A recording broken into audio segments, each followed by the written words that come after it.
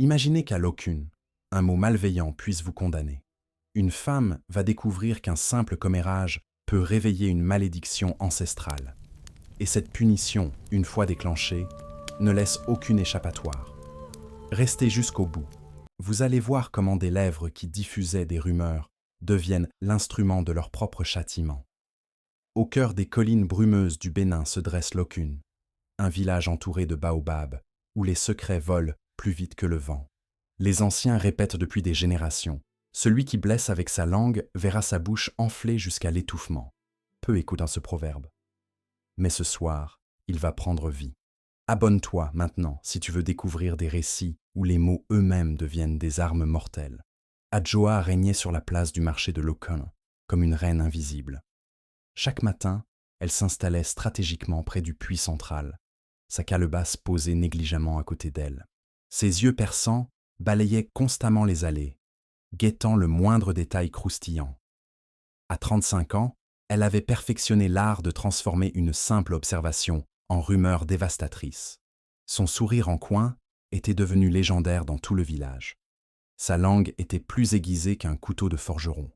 Quand Adjoa ouvrait la bouche, les réputations tremblaient et les mariages vacillaient. Elle connaissait les secrets de chaque famille. Qui battait sa femme, qui volait au marché, qui consultait des marabouts en cachette. Son pouvoir n'était pas officiel, mais tout le monde la craignait. Les femmes détournèrent le regard quand elle approchait, et les hommes changèrent de chemin pour l'éviter. Ce matin-là, comme tous les autres, elle avait déjà semé 3 rumeurs avant que le soleil n'atteigne sa hauteur maximale. D'abord, elle avait suggéré que la femme du forgeron recevait des visites mystérieuses la nuit. Puis, elle avait insinué que le fils de l'instituteur volait de l'argent dans le sac de sa mère. Enfin, elle avait murmuré que la veuve Akosua pratiquait des rituels étranges dans sa cour arrière. Mais aujourd'hui était différent. Aujourd'hui, Adjoa allait s'attaquer à quelqu'un qu'elle n'aurait jamais dû toucher. Mamie Ezi, une vieille femme de 80 ans, traversait lentement le marché avec son petit-fils Kofi. L'enfant de 7 ans tenait fermement la main de sa grand-mère, ses grands yeux curieux, observant tout autour de lui. Ils formaient un duo touchant que tout le village respectait et protégeait. Mamie Ezi était aimée de tous. Guérisseuse traditionnelle respectée, elle avait mis au monde la moitié des enfants du village et soigné l'autre moitié de leur maladie. Ses tisanes étaient miraculeuses, ses conseils précieux et sa sagesse légendaire. Même les plus jeunes la saluaient avec déférence. Mais pour Adjoa, personne n'était sacré. Son orgueil démesuré l'aveuglait sur les limites à ne pas franchir. Quand elle vit Mamie Essi acheter des herbes médicinales, Adjoa sentit une idée malveillante germer dans son esprit. La vieille femme avait récemment perdu sa fille dans un accident de moto, et elle élevait seule son petit-fils depuis. Cette tragédie avait ému tout le village, mais Adjoa y voyait une opportunité de créer du drama. Elle se pencha vers sa voisine et commença à tisser sa toile de mensonges. « Tu as vu comme Mamie Essi dépense beaucoup d'argent en herbes rares ces temps-ci » murmura-t-elle avec son sourire empoisonné. « Et as-tu remarqué comme le petit Kofi a l'air étrange parfois?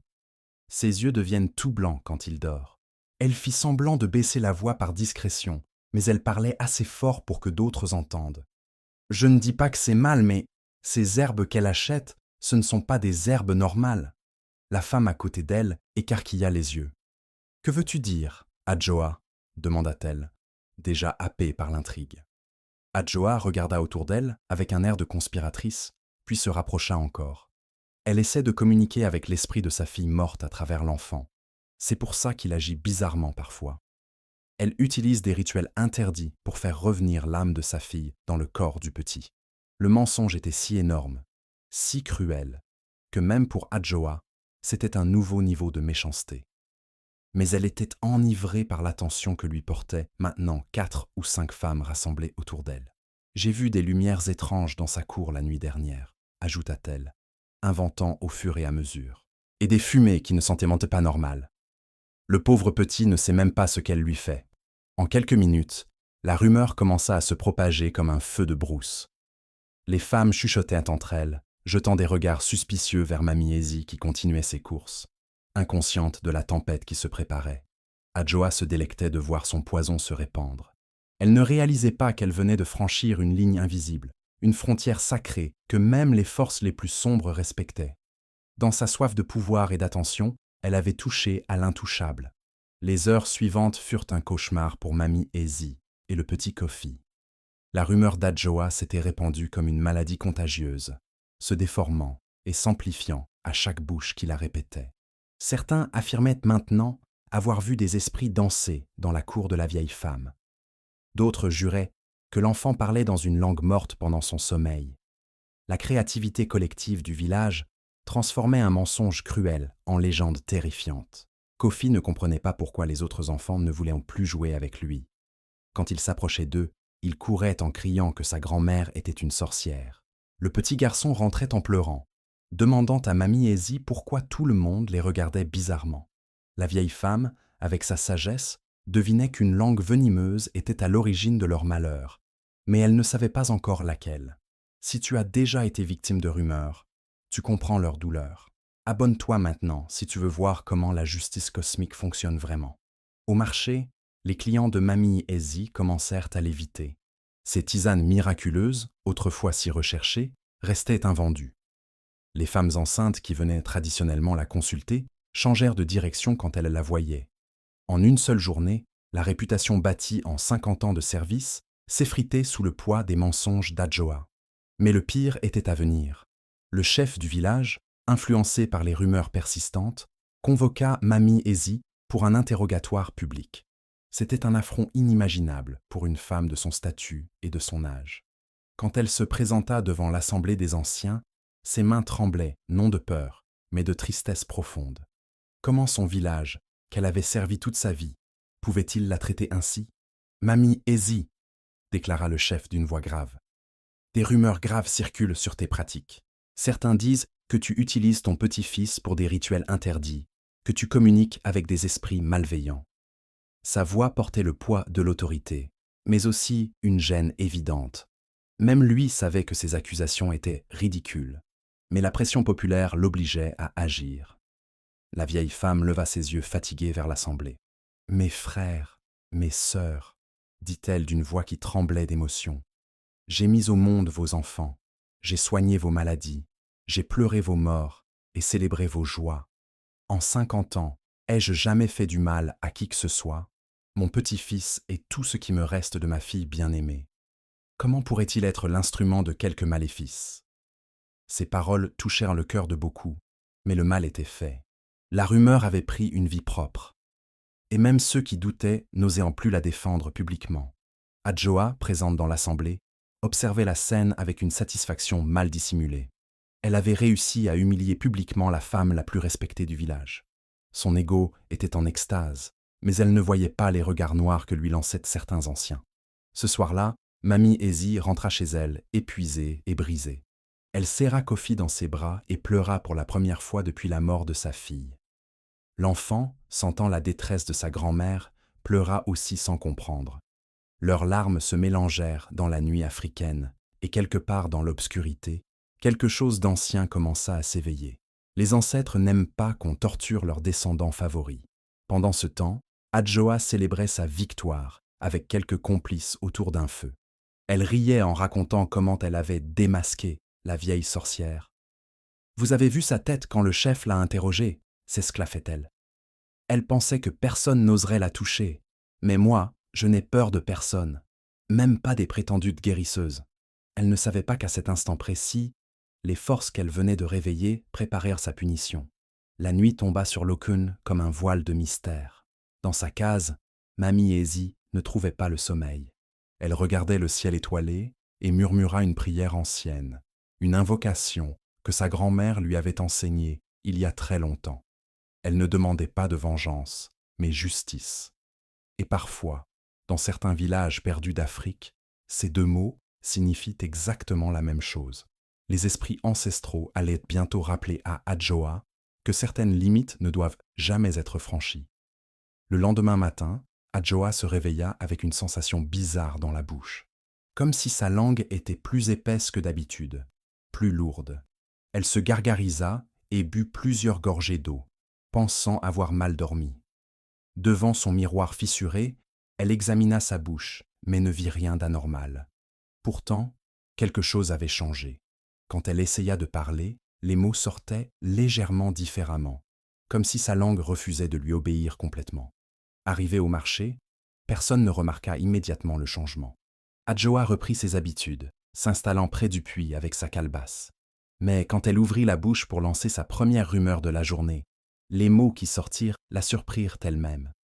Au lieu de sa voix claire et incisive habituelle, elle émit un son étrangement pâteux, comme si elle avait la bouche pleine de terre. « La femme du potier », commença-t-elle, mais sa voix était si déformée que la phrase ressemblait à un grognement incompréhensible.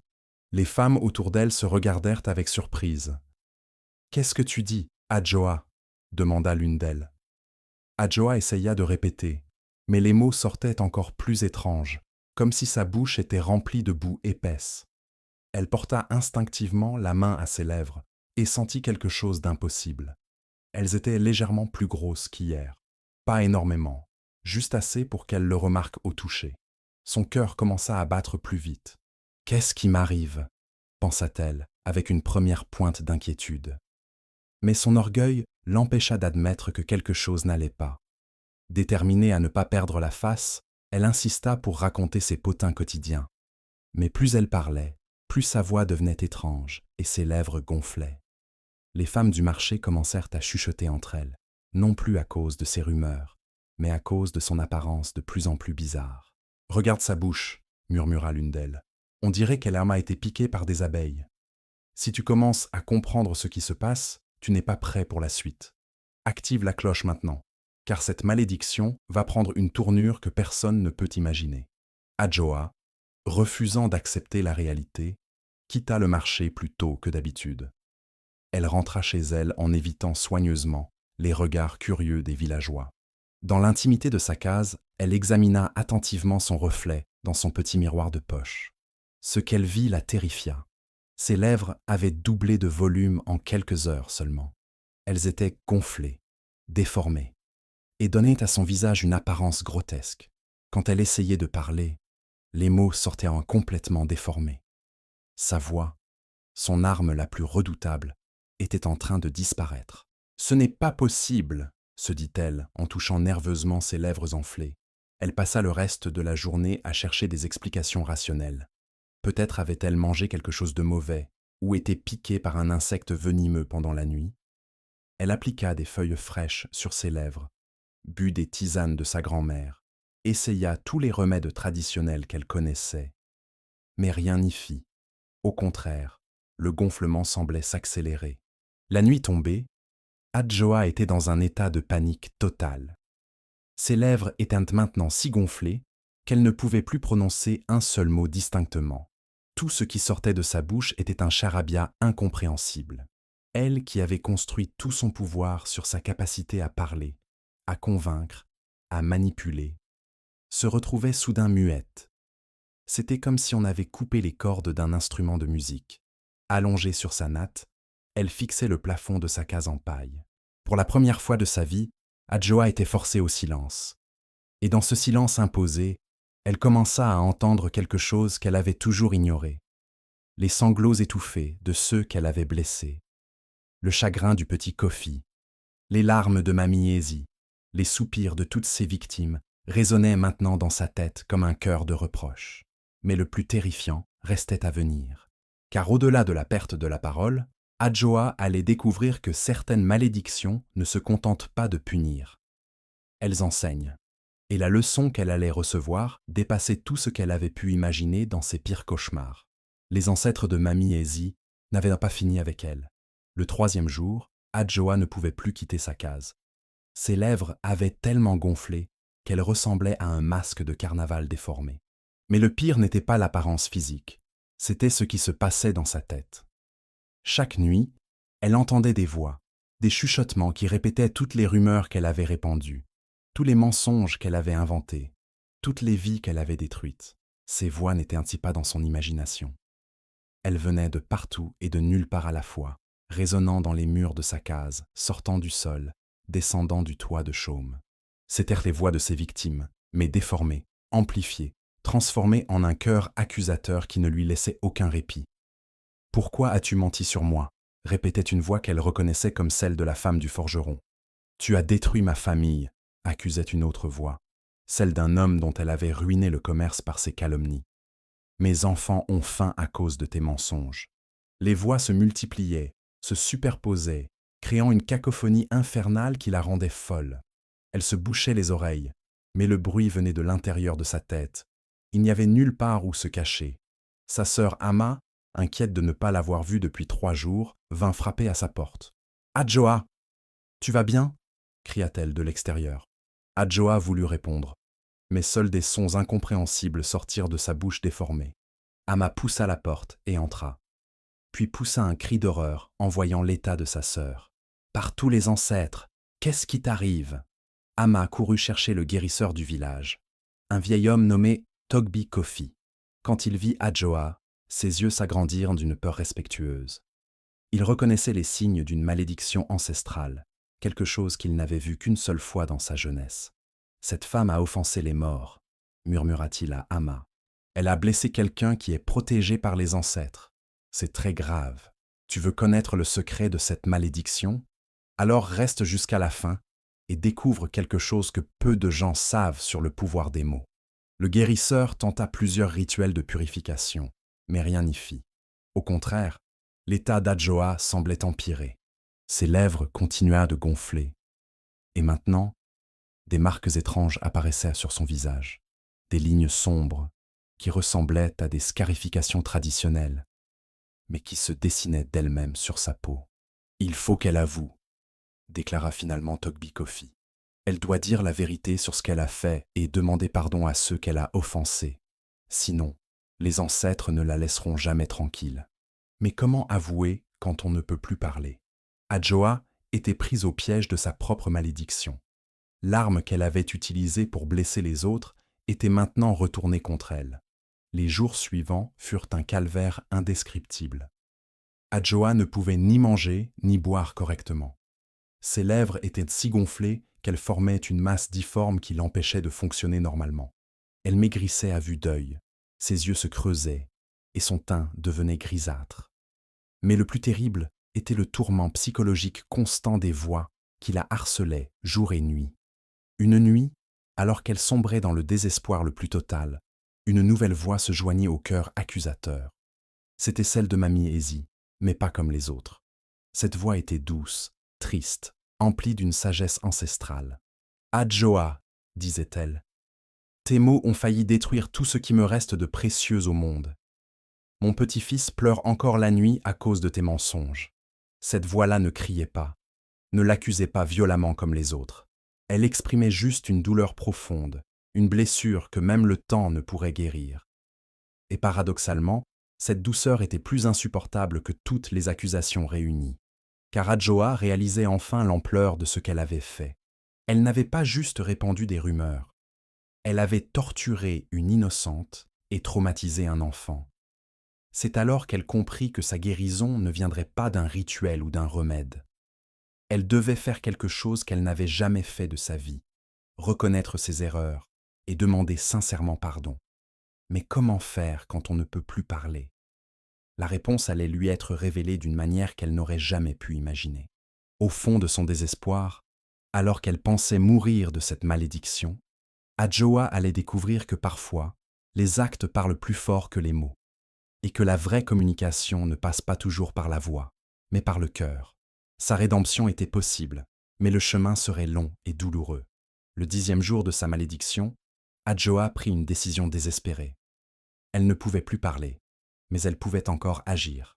Malgré son apparence monstrueuse et sa faiblesse extrême, elle sortit de sa case au lever du soleil.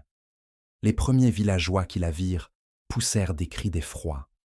Son visage était méconnaissable, déformé par des lèvres énormes et des marques mystérieuses qui continuaient d'apparaître sur sa peau. Elle se dirigea directement vers la case de Mamie Ezi, traînant les pieds et luttant contre l'épuisement. Arrivée devant la porte, elle s'agenouilla dans la poussière et attendit. Le petit Kofi, qui jouait dans la cour, la vit le premier et courut se cacher derrière sa grand-mère. « Grand-mère, il y a un monstre dehors !» cria-t-il, terrorisé. Mamie Ezi sortit et reconnut immédiatement Adjoa malgré sa transformation. La vieille femme, malgré tout le mal qu'Adjoa lui avait fait, sentit son cœur se serrer de pitié. « Lève-toi, ma fille, dit-elle doucement. Qu'est-ce que tu veux ?» Adjoa essaya de parler, mais seuls des sons incompréhensibles sortirent de sa bouche. Alors, avec des gestes désespérés, elle montra sa bouche déformée, puis pointa Mamie Ezi, puis se frappa la poitrine en signe de remords. Mamie Ezi comprit immédiatement. Cette femme qui l'avait tant fait souffrir venait demander pardon. « Tu veux que je te pardonne pour tes mensonges ?» demanda-t-elle. Adjoa hocha vigoureusement la tête, les larmes coulant sur ses joues creusées. Pour la première fois de sa vie, elle ressentait une véritable honte et un remords sincère. Ce n'était plus la fierté qui la guidait, mais une peur primale et un désir profond de rédemption. Si cette histoire te touche, partage-la avec quelqu'un qui a besoin d'entendre cette leçon. Les mots ont un pouvoir que nous sous-estimons tous. Mamie Ezi regarda longuement cette femme brisée, agenouillée devant elle. Dans son cœur, la colère et la rancœur luttèrent contre la compassion et la sagesse. Elle pensa à toutes les nuits où Kofi avait pleuré, à l'humiliation publique qu'elle avait subie, à sa réputation ternie par des mensonges. Mais Mamie Ezi était une vraie guérisseuse, et une guérisseuse sait que la rancune est un poison qui empoisonne d'abord celui qui la porte. « Je te pardonne, Adjoa, » dit-elle finalement d'une voix ferme. « Mais le pardon des hommes ne suffit pas toujours. Il faut que tu demandes pardon à tous ceux que tu as blessés. Et surtout, il faut que tu changes vraiment ton cœur. » Adjoa comprit le message. Elle se releva péniblement et commença un pèlerinage d'humilité à travers tout le village. Case après case, elle s'agenouillait devant chaque personne qu'elle avait calomniée, montrait sa bouche déformée et demandait pardon par geste. C'était un spectacle saisissant. Cette femme qui avait terrorisé le village par ses mots était maintenant réduite au silence le plus total. Certains villageois lui pardonnèrent immédiatement, touchés par sa transformation et sa souffrance évidente. D'autres furent plus difficiles à convaincre, se souvenant des années de tortures psychologiques qu'elle leur avait fait subir.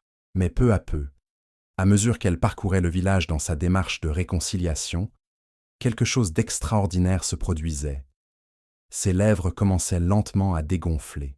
Ce n'était pas immédiat, ni spectaculaire, mais c'était visible. À chaque pardon sincèrement accordé, à chaque réconciliation authentique, la malédiction semblait perdre un peu de sa force. Les voix dans sa tête se calmaient progressivement, remplacées par un silence apaisant qu'elle n'avait jamais connu. Pour la première fois de sa vie, Adjoa goûtait à la paix intérieure. Le moment le plus émouvant arriva quand elle retourna chez Mamie Ezi avec un panier rempli de fruits et de légumes qu'elle avait cueillis dans son jardin. Elle les offrit à la vieille femme et au petit Kofi, puis s'agenouilla de nouveau. Mamie Ezi posa sa main sur la tête d'Adjoa et prononça une bénédiction traditionnelle. À cet instant, les derniers gonflements disparurent complètement. Adjoa put enfin parler de nouveau, mais les premiers mots qui sortirent de sa bouche furent « Pardon, Mamie Ezi. Pardon, petit Kofi. Je ne savais pas que les mots pouvaient faire si mal. » Sa voix était différente, plus douce, plus humble, dénuée de cette arrogance qui la caractérisait autrefois. L'épreuve l'avait transformée en profondeur. Les mois qui suivirent, Adjoa devint une femme complètement différente. Elle continuait de s'asseoir près du puits au marché, mais au lieu de répandre des rumeurs, elle aidait à résoudre les conflits. Quand elle entendait des commérages, elle intervenait gentiment pour les arrêter. Son expérience lui avait appris que les mots peuvent tuer, mais aussi guérir. Elle choisit désormais de guérir. Cette histoire vraie nous rappelle que nos mots ont un pouvoir immense. Dans nos villes modernes, nous pensons être à l'abri des malédictions anciennes, mais est-ce vraiment le cas ? Chaque commentaire blessant sur les réseaux sociaux, chaque rumeur que nous propageons, chaque jugement que nous portons sur les autres laisse une trace invisible mais réelle. Si cette histoire t'a touché, mets un pouce bleu pour soutenir ces récits qui nous font réfléchir. Abonne-toi maintenant pour découvrir d'autres mystères africains qui défient notre compréhension du monde. Et surtout, dis-moi en commentaire, as-tu déjà ressenti le pouvoir destructeur des mots ? Partage ton expérience, car parfois, avouer nos erreurs est le premier pas vers la guérison. N'oublie jamais que dans certains villages d'Afrique, on dit que les mots prononcés avec méchanceté ne meurent jamais vraiment. Ils flottent dans l'air comme des esprits malveillants, attendant le moment parfait pour revenir hanter celui qui les a prononcés. Adjoa l'a appris à ses dépens, mais elle a aussi découvert que le pardon sincère peut briser même les malédictions les plus anciennes. Alors avant de parler de quelqu'un aujourd'hui, demande-toi, ces mots que je m'apprête à dire, est-ce qu'ils construisent ou est-ce qu'ils détruisent? Car peut-être que quelque part, dans un coin reculé de notre monde moderne, les ancêtres veillent encore. Et ils n'oublient jamais ceux qui torturent les innocents. Partage cette histoire si tu penses qu'elle peut changer la vie de quelqu'un. Car parfois, il suffit d'une histoire pour transformer un cœur dur en cœur compatissant. Et toi, quelle leçon retiens-tu de la malédiction d'Adjoa? Raconte-moi en commentaire ton propre voyage vers le pardon et la rédemption. Active la cloche pour ne manquer aucune de ces histoires qui peuvent changer ta façon de voir le monde. Car dans le prochain épisode, nous découvrirons l'histoire terrifiante de l'homme qui a osé défier les esprits de la forêt sacrée. Et ce qui lui est arrivé dépasse l'imagination.